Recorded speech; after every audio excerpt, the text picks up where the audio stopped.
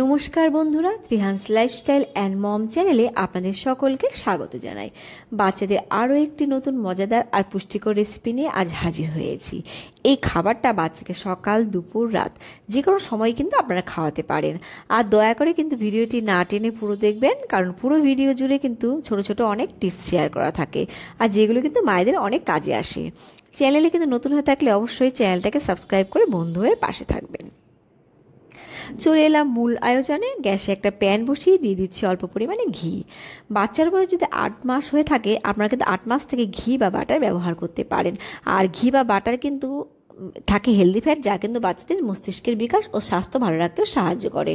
আর এই পর্যায়ে কিন্তু আমি দিয়ে দিচ্ছি বাচ্চার চাহিদা অনুযায়ী রোল ওটস দিয়ে কিন্তু গ্যাসের ফ্লেমটাকে লোতে রেখে আমি খানিকক্ষণ এগুলোকে ড্রাই রোস্ট করে নেব।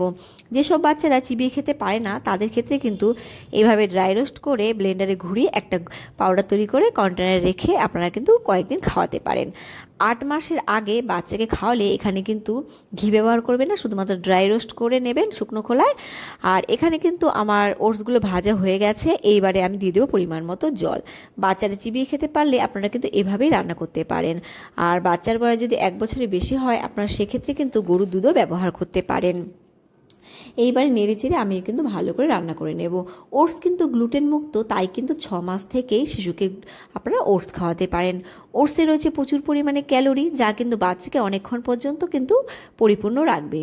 ওটস কিন্তু শিশুদের জন্য একটা চমৎকার খাবার, যা কিন্তু বিভিন্ন পুষ্টিগুণে ভরপুর। আর এই পর্যায়ে কিন্তু আমি একটা এলাচ এখানে ব্যবহার করব। আর এলাচ দিলে কিন্তু যে কোনো খাবার বাচ্চারা সহজেই হজম করে নিতে পারে। আর এলাচে যে সুন্দর সুগন্ধ থাকে, সেই জন্য কিন্তু খাবারটা খুব একটা সুগন্ধযুক্ত হয় আর বাচ্চারা কিন্তু সহজে এটা পছন্দ করে। আর এলাচ কিন্তু বাচ্চাদের বদহজম দূর করে, গ্যাসও কিন্তু দূর করতে সাহায্য করে। ওটস কিন্তু শিশুদের জন্য একটি চমৎকার খাবার, যা কিন্তু বিভিন্ন পুষ্টিগুণে ভরপুর। ওটসে রয়েছে ফাইবার, প্রোটিন, ভিটামিন, রয়েছে মিনারেলস। আর এই পর্যায়ে দেখুন আমি নিয়ে নিয়েছি 2টো খেজুর আর নিয়ে নিয়েছি কিছু কিশমিশ। এগুলো কিন্তু আমি গরম জলে 1 ঘন্টার মতো ভিজিয়ে রেখেছিলাম। এইবারে কিন্তু আমি এই খেজুরের খোসাগুলো ছাড়িয়ে নেব, কারণ এই খোসাগুলো কিন্তু বাচ্চাদের গলায় আটকে যায়। আর খেজুরের খোসা খেলে কিন্তু অনেক সময় পেটে ব্যথাও হতে পারে।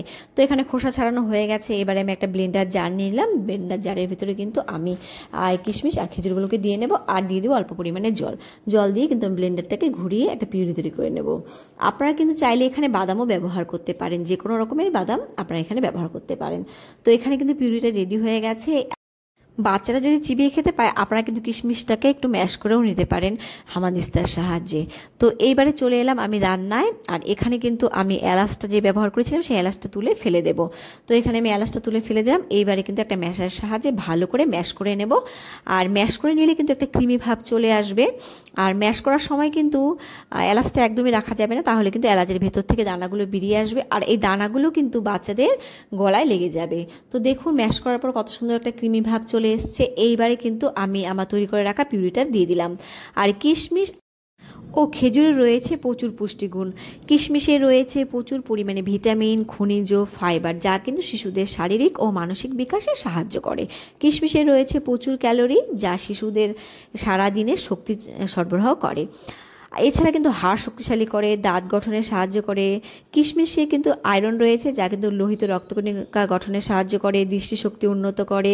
এছাড়া কিন্তু মস্তিষ্কের বিকাশেও সাহায্য করে। খেজুরেও কিন্তু রয়েছে প্রচুর পরিমাণে ফাইবার, ভিটামিন, শর্করা ও খনিজ পদার্থ। খেজুরও কিন্তু শিশুদের শক্তি সরবরাহ করে, মস্তিষ্কের বিকাশে সাহায্য করে, হাড় মজবুত করে, রক্তাল্পতা কিন্তু প্রতিরোধ করে। তবে খেজুর বা কিশমিশ কোনোটাই কিন্তু অতিরিক্ত বাচ্চাদের দেবেন না। আর এই পর্যায়ে দেখুন আমি অল্প গরুর দুধ দিয়ে দিলাম। আর যেসব বাচ্চারা ফর্মুলা মিল্ক খায়, আপনারা কিন্তু খাবারটা তৈরি হয়ে যাওয়ার পর উষ্ণ গরম জলে ফর্মুলা মিল্কটা মিশিয়ে তারপর কিন্তু খাবার ব্যবহার করবেন। আর এই পর্যায়ে কিন্তু দেখুন গরুর দুধটা দিয়ে আমি 5 মিনিটের মতো ফুটিয়ে নিচ্ছি। আর আমি কিন্তু এরকম ঘরেতেই খাবারটা নামাবো। আর দেখুন কতটা লোভনীয় হয়েছে। আর এই খাবারটা কিন্তু বাচ্চারা খুবই পছন্দ করবে। তো এবারে আমি বাটিতে ঢেলে নেব। 6 মাস থেকেই কিন্তু বাচ্চাকে এভাবে খাওয়াতে পারেন। সেক্ষেত্রে খেজুর আর কিশমিশের পরিমাণটা আর একটু কম নেবেন।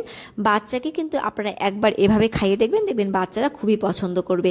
এই পর্যন্ত আমার সঙ্গে থাকার জন্য আপনাদের অসংখ্য ধন্যবাদ। আর প্লিজ কিন্তু ভিডিওতে একটা লাইক করে দেবেন। আর আজ এই পর্যন্ত, দেখা হবে আরও একটি নতুন ভিডিওতে বাচ্চাদের জন্য আরও মজাদার রেসিপি নিয়ে। ভালো থাকবেন, বাচ্চাদের ভালো রাখবেন। Bye bye.